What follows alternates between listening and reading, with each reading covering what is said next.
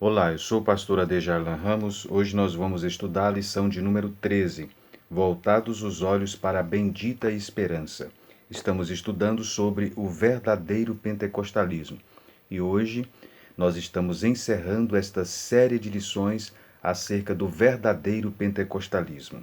Se você ainda não se inscreveu, se inscreva, deixe o seu like, o seu comentário, compartilhe esse vídeo com pessoas da sua igreja, dos grupos que você faz parte e seja edificado. Compartilhe bênçãos também com outras pessoas.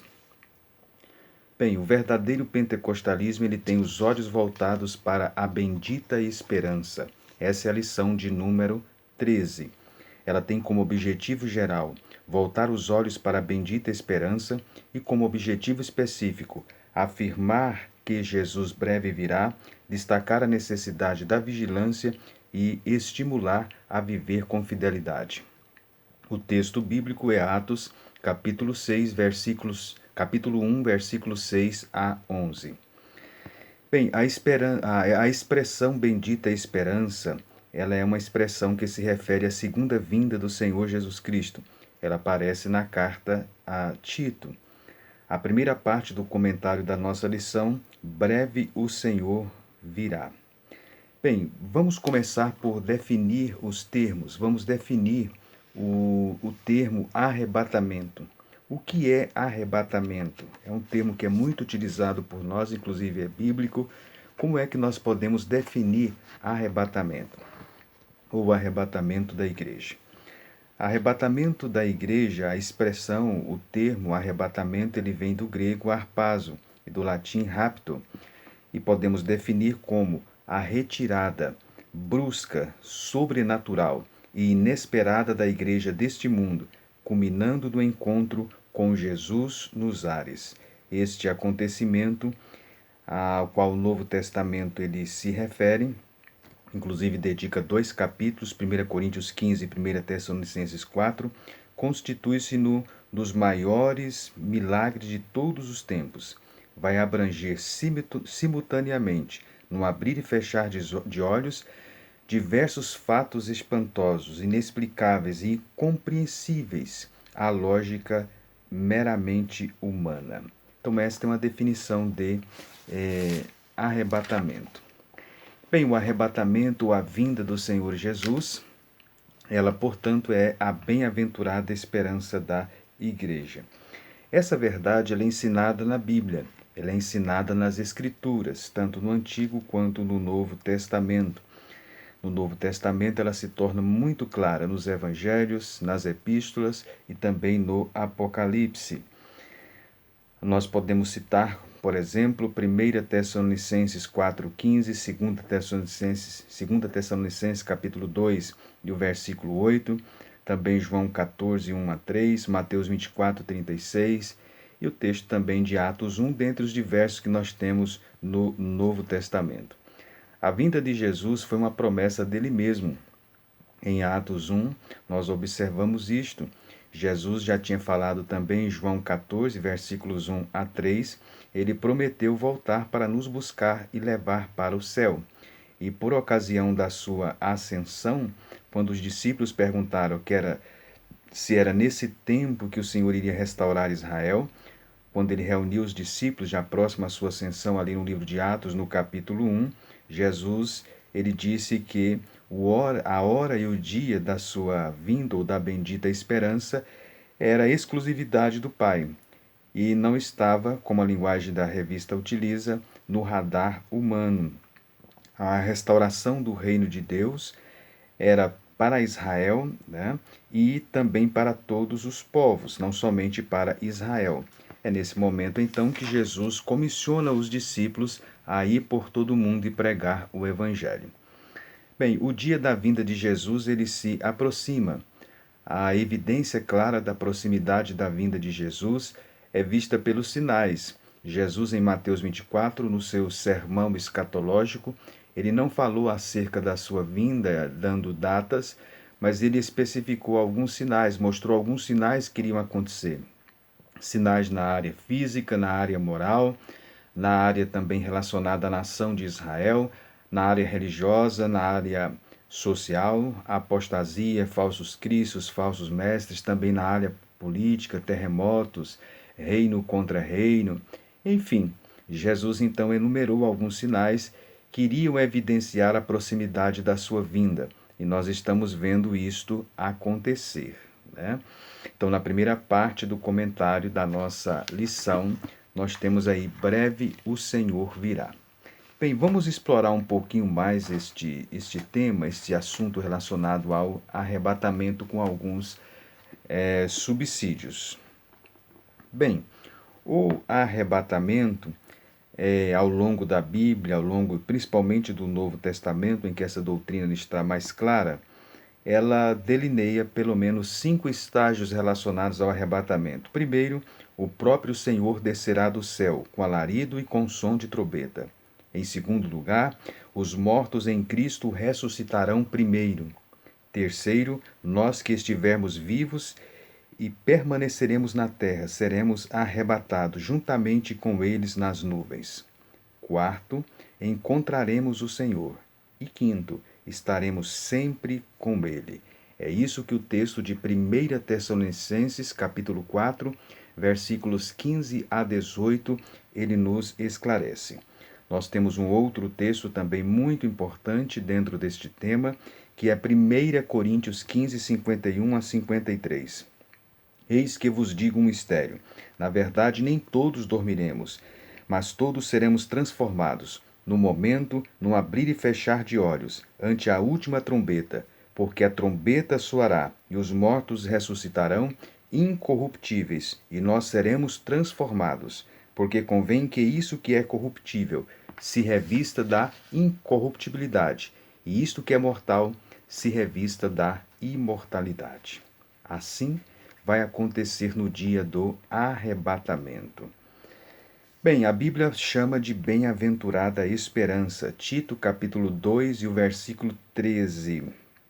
A vinda de Jesus é chamada de bem-aventurada esperança, porque ela concede segurança aos crentes que estão preocupados com a grande tribulação e oferece também consolação para aqueles que anseiam reunir com seus entes queridos que já partiram.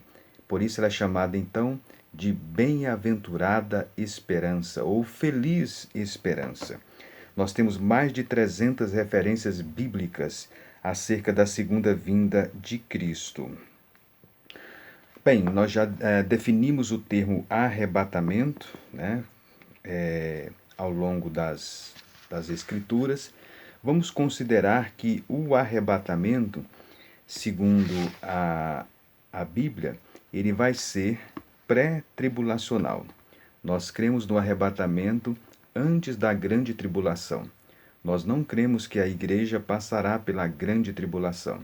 Existem outras interpretações, eu acho que esse não deve ser um motivo para discussões. O professor, ele deve atentar para isso e firmar bem as nossas bases bíblicas, cristãs, teológica e pentecostal, mas não deve abrir brechas para debates às vezes que não levam a realmente edificação. Então nós cremos que o arrebatamento será pré-tribulacional. Em Apocalipse, nós observamos que a partir então do capítulo 6 até o 18, a igreja não aparece nesses textos que estão relacionados à grande tribulação. A igreja aparece no capítulo 1 até o capítulo 3, mas não aparece dos capítulos 4 até o capítulo 18. Bem, outra coisa que devemos observar é que algumas pessoas dizem que a igreja vai passar pela grande tribulação, porque Jesus e nos evangelhos e a Bíblia, o Novo Testamento especialmente, ele prevê tribulação para os cristãos. No entanto, nós devemos observar que a palavra tribulação, ela aparece na Bíblia em dois sentidos. Primeiro, no sentido técnico e no sentido não técnico. No sentido não técnico, a palavra tribulação ela aparece no sentido das tribulações do dia a dia que nós enfrentamos. O apóstolo Pedro, o apóstolo Paulo, também no livro de Atos dos Apóstolos, nós observamos as tribulações. No livro de Atos nós vemos que os cristãos passaram por tribulação, exortaram os irmãos dizendo que é por muitas tribulações que importa entrar no reino de Deus. No Novo Testamento, nas epístolas de Pedro, em que os cristãos estavam passando por tribulações, por perseguições, Pedro falou para eles não estranhar as provações, o sofrimento. O apóstolo Paulo também, nas suas epístolas, é um tema recorrente, as tribulações que os cristãos passam, e ele também os adverte acerca dessas tribulações. Jesus também falou: no mundo tereis aflições. Então o termo tribulação no sentido não técnico, que aparece então no Novo Testamento, falando então das tribulações que nós enfrentamos no dia a dia, no nosso viver cristão. Mas o termo tribulação também aparece no sentido técnico. Quando aparece no sentido técnico, ele está se referindo a um período específico de tribulação que vai aparecer na terra. É chamado de o dia do Senhor. É chamado de o grande dia, aquele dia, dia de trevas, dia de alvoroço. Enfim, são várias as expressões que a Bíblia utiliza para se referir à grande tribulação. Essas expressões, então, se referem a um dia específico da ira de Deus sendo derramada sobre a terra. Portanto, quando a Bíblia fala das tribulações que os cristãos passam ou irão enfrentar e estão enfrentando, ela está se referindo às tribulações no dia a dia, na vivência da nossa vida cristã. Mas como uma tribulação específica no futuro, a Bíblia não prevê que os cristãos vão passar por essa tribulação. Eles vão ser arrebatados antes, conforme nós vemos então o ensino do livro do Apocalipse, a partir do capítulo 6 até o versículo de número 18. Bem, então nós observamos aí essa distinção que deve ser observada, né? Outro elemento também que devemos atentar é o objetivo da grande tribulação. O objetivo da grande tribulação são especificamente dois. Primeiro, derramar a ira ou o juízo de Deus sobre a terra pecadora, ímpia. É isso que a gente vê nas pragas do Apocalipse. O outro objetivo da grande tribulação é levar Israel à conversão. Então, levar Israel à conversão e derramar o juízo de Deus sobre a terra pecadora são os dois principais objetivos, então, da grande tribulação. Portanto, não inclui a igreja do Senhor Jesus.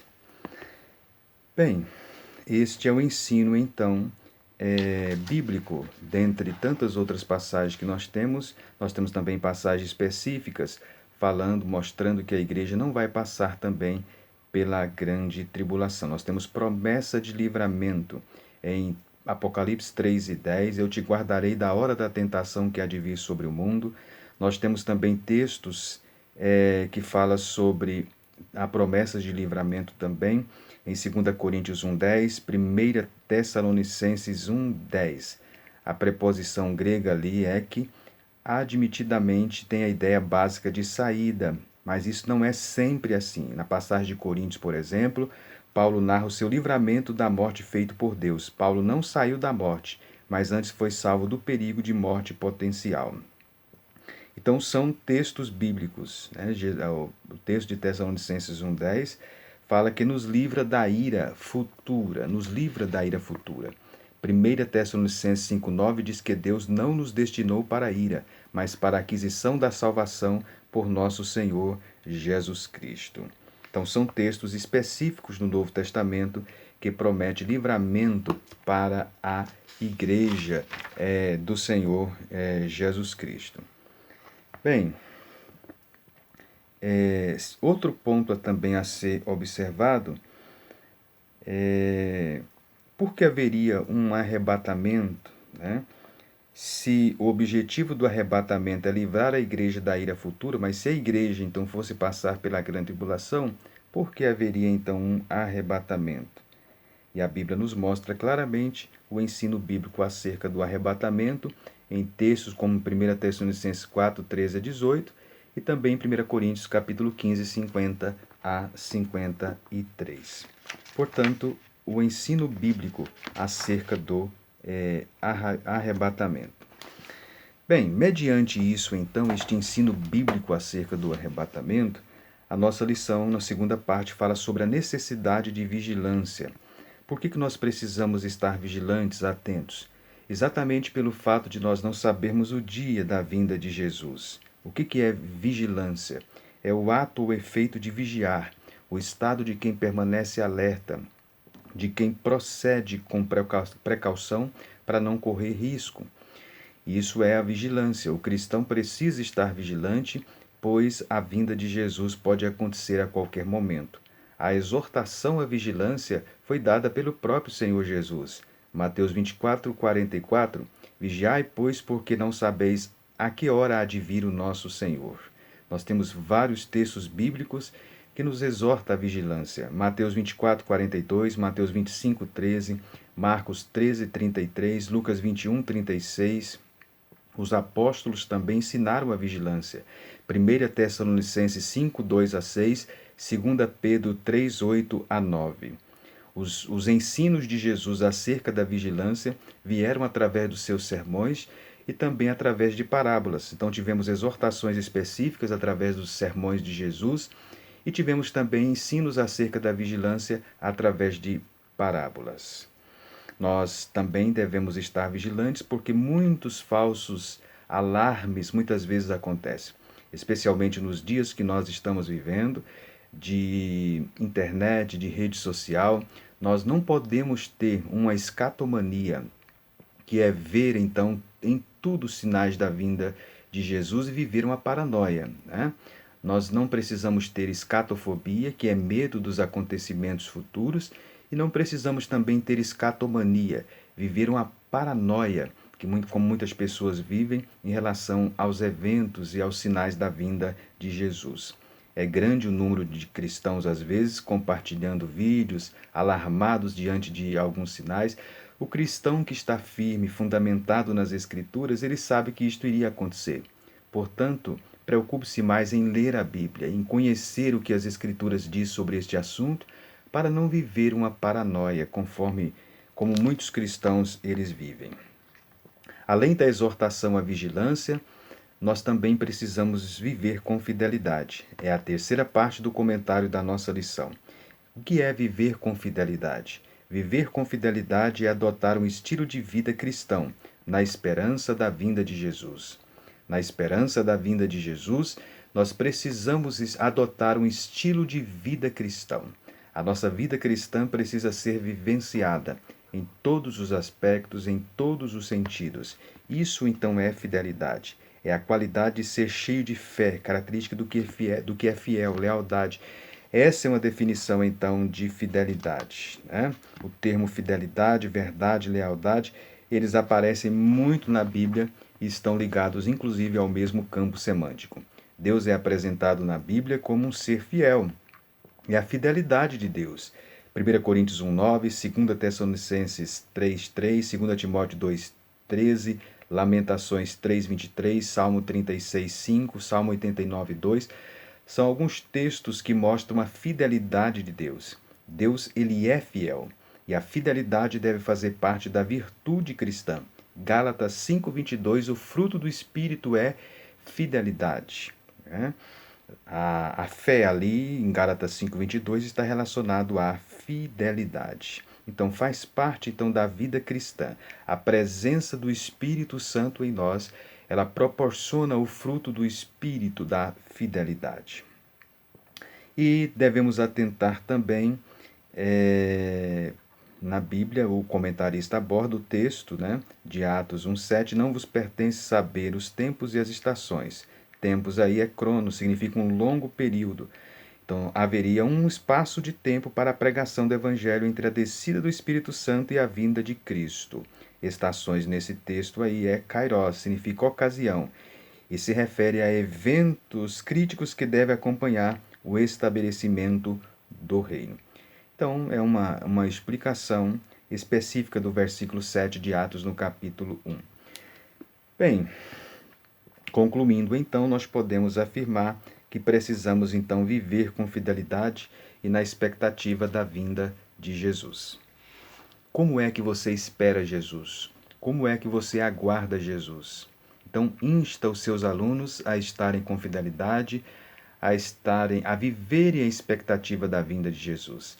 A Bíblia não fala apenas de crer na vinda de Jesus. A Bíblia fala também sobre amar a vinda de Jesus, os que amam a sua vinda. Precisamos amar a vinda de Jesus. Quem ama a vinda de Jesus, fala dela constantemente. Quem ama a vinda de Jesus, vive na expectativa dessa vinda. Vive na expectativa do estabelecimento definitivo do reino de Deus. Portanto, prezado professor, prezado aluno da escola dominical, voltados os olhos para a bendita esperança. Esse é o encerramento do nosso trimestre. Estudamos sobre o verdadeiro pentecostalismo. O verdadeiro pentecostalismo ele está comprometido com a mensagem da vinda de Jesus. Que você possa, então, explicar o texto de Atos 1, 6 a 11, que você possa definir o arrebatamento da igreja, firmar bem as bases doutrinárias das nossas crenças pentecostais do arrebatamento pré-tribulacionista e instar os seus alunos a estar atentos e vigilantes à vinda do Senhor Jesus Cristo. É importante também que nesse momento você os alerte acerca dos falsos sinais, dos falsos mestres, dos falsos profetas, e também não se apegarem ao materialismo. A vinda de Jesus, ela nos insta a vivermos uma relação com as coisas materiais de forma bíblica e cristã. Parece que nós nunca tivemos uma geração tão materialista quanto a que nós estamos vivendo nos dias atuais. Isso tem afetado também os cristãos. Temos muitos cristãos materialistas. Por isso, a mensagem da vinda de Jesus, ela deve nos estimular a ver as coisas materiais dentro de uma perspectiva bíblica, sabendo que nada é eterno. Aquilo que nós mais amamos de material, nós vamos ter que um dia largá-lo, nós vamos ter que um dia abandoná-lo, deixá-lo. Então, precisamos então viver com a perspectiva do céu e com a perspectiva da eternidade. Se o cristão não vive com a perspectiva do céu, da eternidade, e não anseia pelas coisas espirituais, é muito estranho que ele seja de fato uma pessoa renascida, uma pessoa nascida de novo.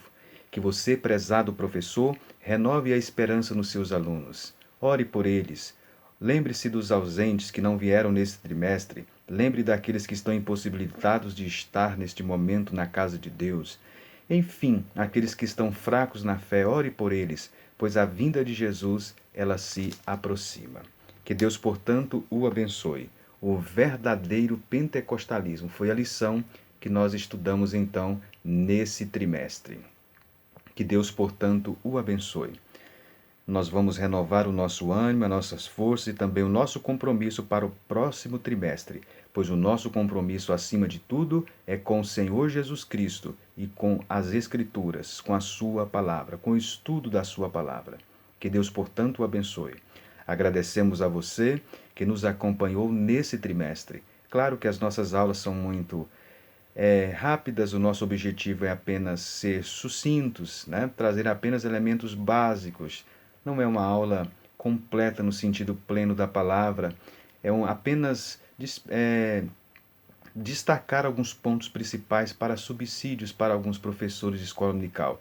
Embora nós temos muito material hoje à disposição de todos os professores. Que Deus, portanto, o abençoe e nós agradecemos a você que nos acompanhou. E a nossa oração é que você permaneça firme até a vinda de nosso Senhor Jesus Cristo. Que Deus o abençoe e até a nossa próxima lição e até o nosso próximo trimestre em 2021, segundo trimestre de 2021, se o Senhor Jesus não voltar até lá, pois nós vivemos na expectativa da sua vinda. Amém.